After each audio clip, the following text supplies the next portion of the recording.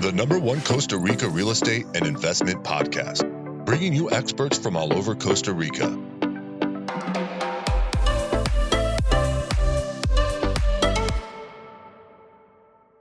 Good afternoon, guys, and welcome to episode 272 of Costa Rica Real Estate and Investments with me, your host, Richard Bex. And today we're going to be talking with Andrew Partain of Remax in Atenas. Well, that's where they're based, but I think they do a lot of that area, Atenas, San Ramon, Grecia area. So today we're going to be getting an update from him of kind of what's happening in those areas, what areas are seeing the most growth, and also where he thinks the potential for investment is there.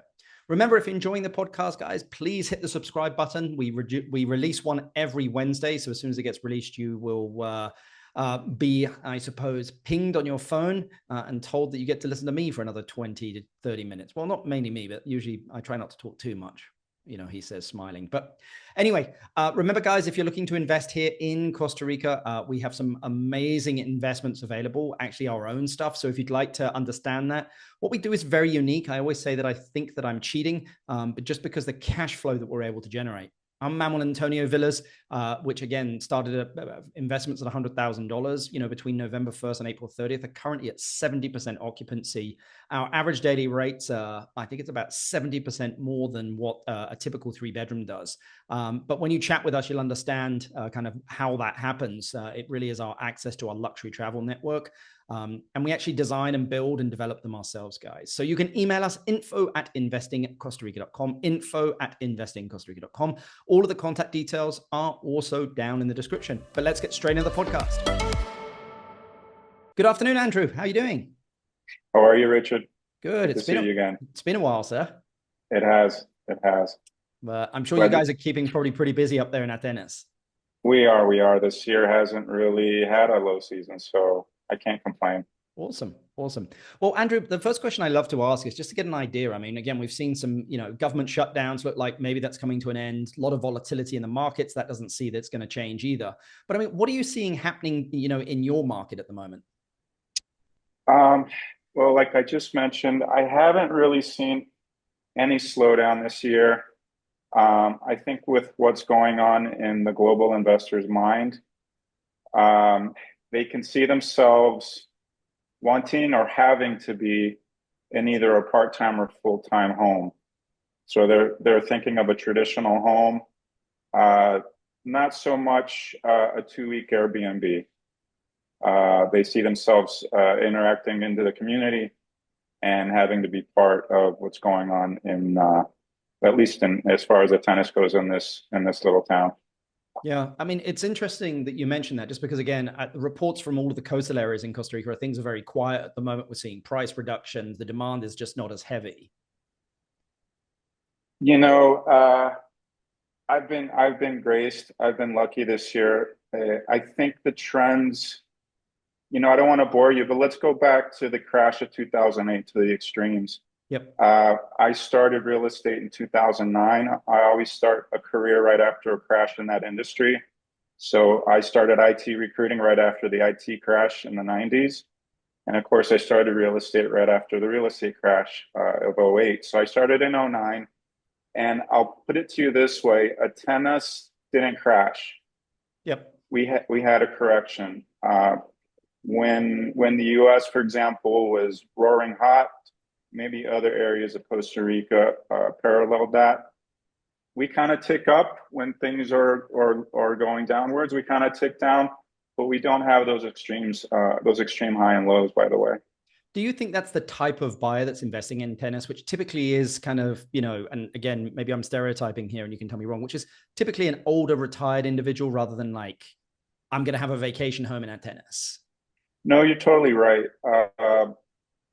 What's nice is the demographics, at least post-COVID, have changed. Yep.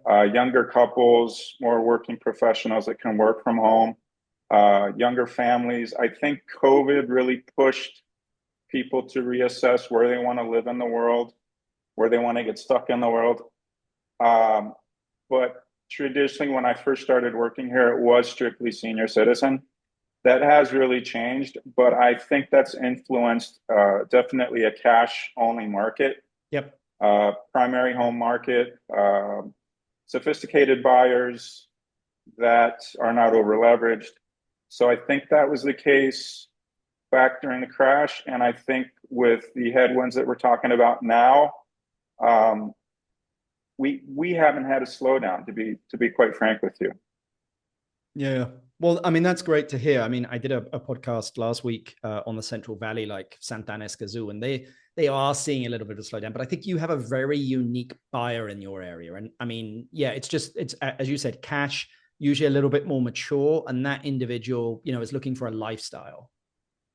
That's correct. And please stop me if you've already heard this stat, but there is the Henley and Partners. I'm sure you've seen the $1 million plus attraction to Costa Rica. It still honestly floors me. Costa Rica has 0.8% of the Latin American population, yet we're seeing the largest amount of $1 million plus attraction and investment coming to Costa Rica, not per capita, but across the board. I had to actually fact check that. That is the case. So it's just maybe because I started here, it was just more of a off the beaten path situation. Yeah. But I can see why Costa Rica is attracting people internationally. I mean, I don't know what Atenas did, but to be known as one of the best climates in the world, I think it was the #1 climate in the world was the tagline, and it just stuck, man. But it went everywhere. So when anyone else is like, "Hey, I'm looking to relocate or live in Costa Rica," Atenas just pops up. I think it did stick, and I'm not saying it's not an exaggeration. It can get hot here in downtown. We're kind of in a hole. More building around us, less airflow. But honestly, if you leave town and you head in any direction where there's just hills, maybe 2-3 minutes into the hills, yep, you start getting the breeze. You head up 10-15 minutes, you get a whole different microclimate. Yeah. So there's something to be said for that. I mean, what is your, your area of work? I mean, how far does it head over to San Ramon and Grecia? Are you just in Atenas? I mean, what is your stomping grounds? Our pond per se is really the Atenas territory. I mean, I will dip out and head into Desmonte, which belongs to Orotina and San Mateo, which San Mateo is it's a very hot spot. That is probably the Atenas of the future, the way it's growing and designed. Our sister city, Grecia, I work hand in hand with our agents out there, and I'll leave that area to them because it's a whole different ball game. Yeah. But it almost takes an hour to go from one end of Atenas to the far extreme of the other. And people don't realize that. They think of Atenas, the little town, but more people live outside of town than right in town. It's weird that we say Atenas, but it would be Athens if it was in English, of course. That's correct. So, and we Grecia can refer Greece. to that. Exactly.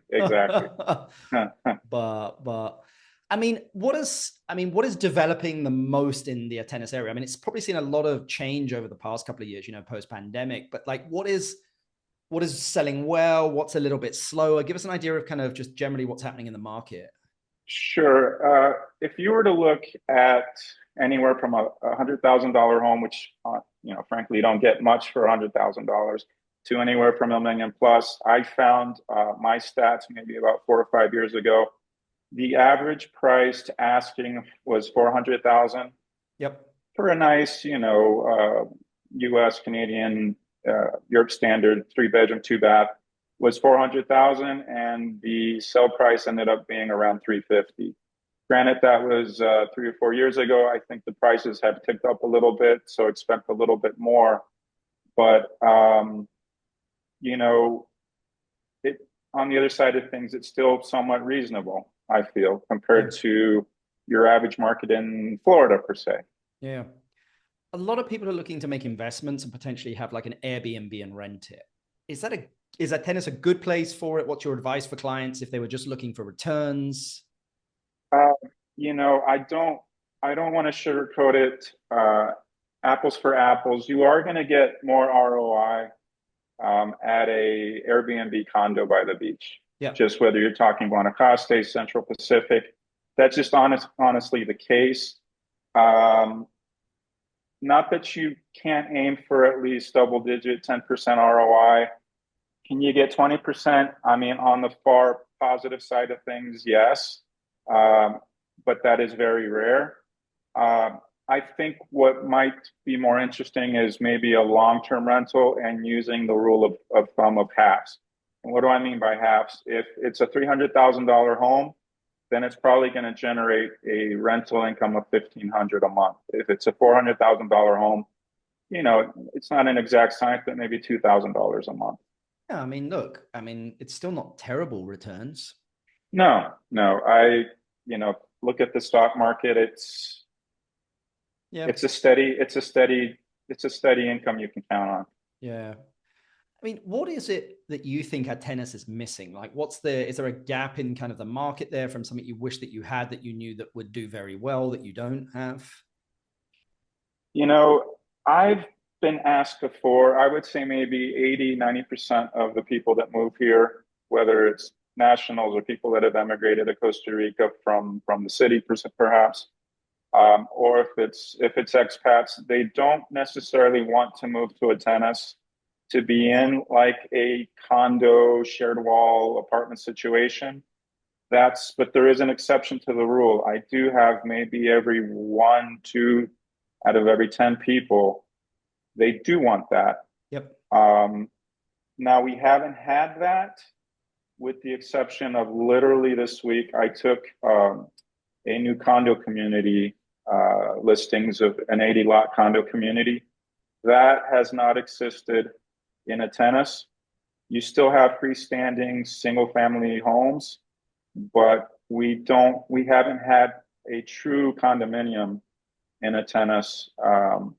We've had what they call residentials, yep, which is really just people coming together for the shared infrastructure, shared security. But we haven't had it. Now it's online.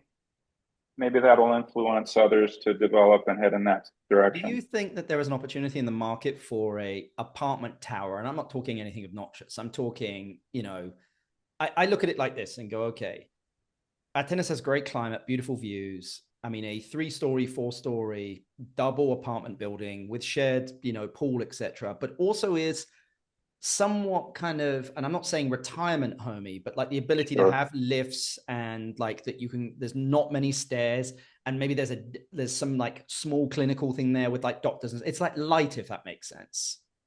You did a nice segue into my next idea. I think that is missing. Not only do I feel that's missing, perhaps it doesn't have to be too high end, but perhaps the new trend word, boutique. Yep. That is missing. And I think there is a true market for that.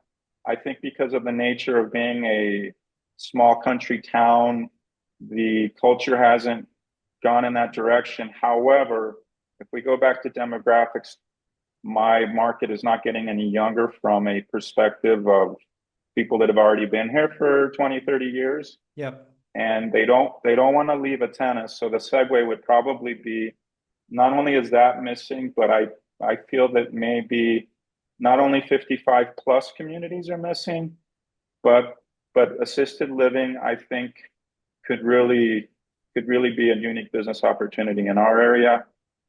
Adjacent La Garita, they have these assisted living communities, but I think the idea you're coming up with is probably headed in a different direction, where it's more a place you want to live in. Let's just put it that way. Yeah, I mean, rather than it being kind of like, I don't know, assisted, it's kind of serviced apartments, if that makes sense. That makes total sense. Beautiful views. There are common areas if you want to do it. I mean, I don't know, the masseuse comes in once or twice a week. There's water aerobics if you want it. It's a community. It's a small boutique community where it's not that like, hey, I mean, if you wanted to have a live-in nurse, you could do, but like, that's not really the idea. It's kind of, 65 to 75 of like, I'm not in that. Yeah, probably something around there.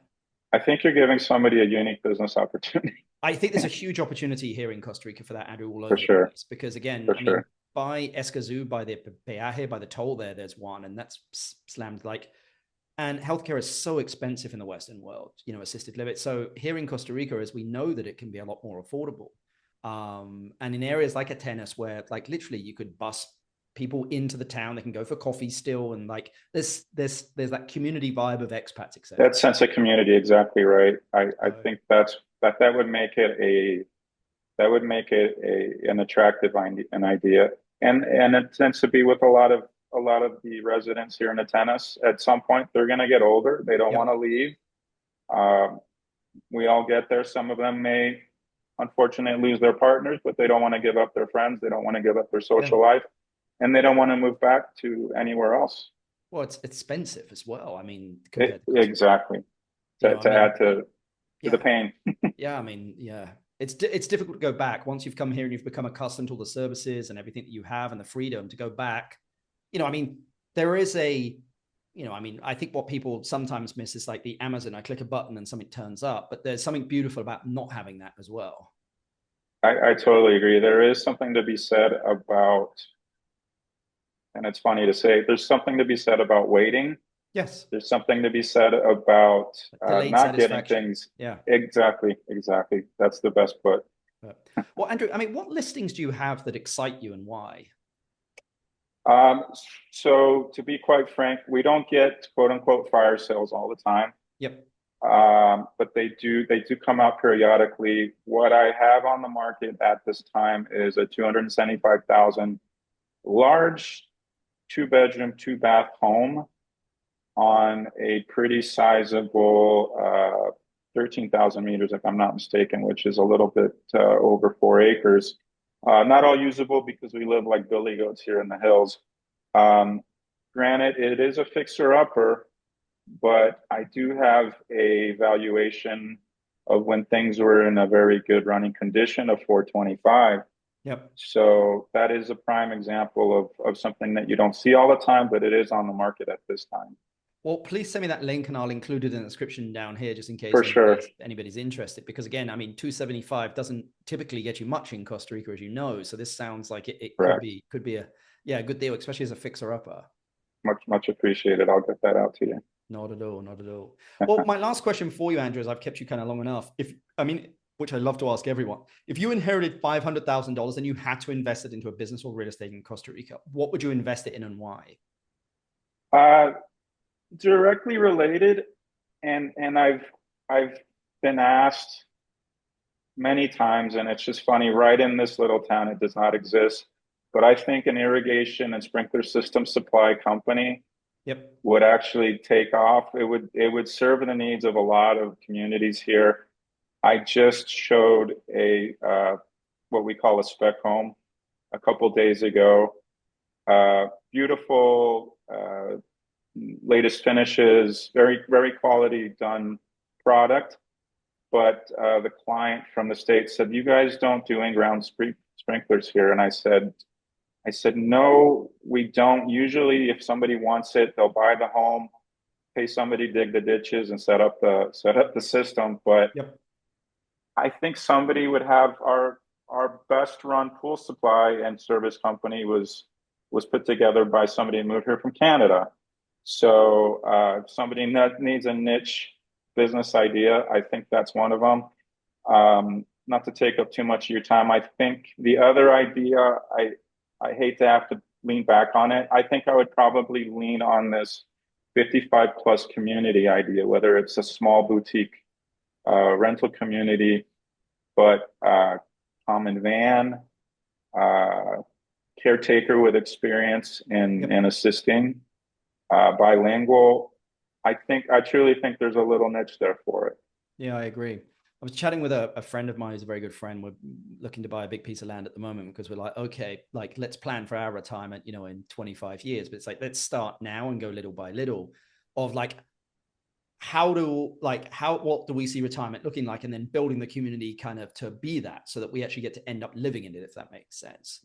That makes total sense. And that's kind of through those different phases of like, okay, having some condos kind of style there, some townhomes, also having, their own lots, like more estate size lots, maybe not that big, but like 1.2 acres. That's not too much, where you can kind of transition through the community, if that makes sense, as you get a little bit older.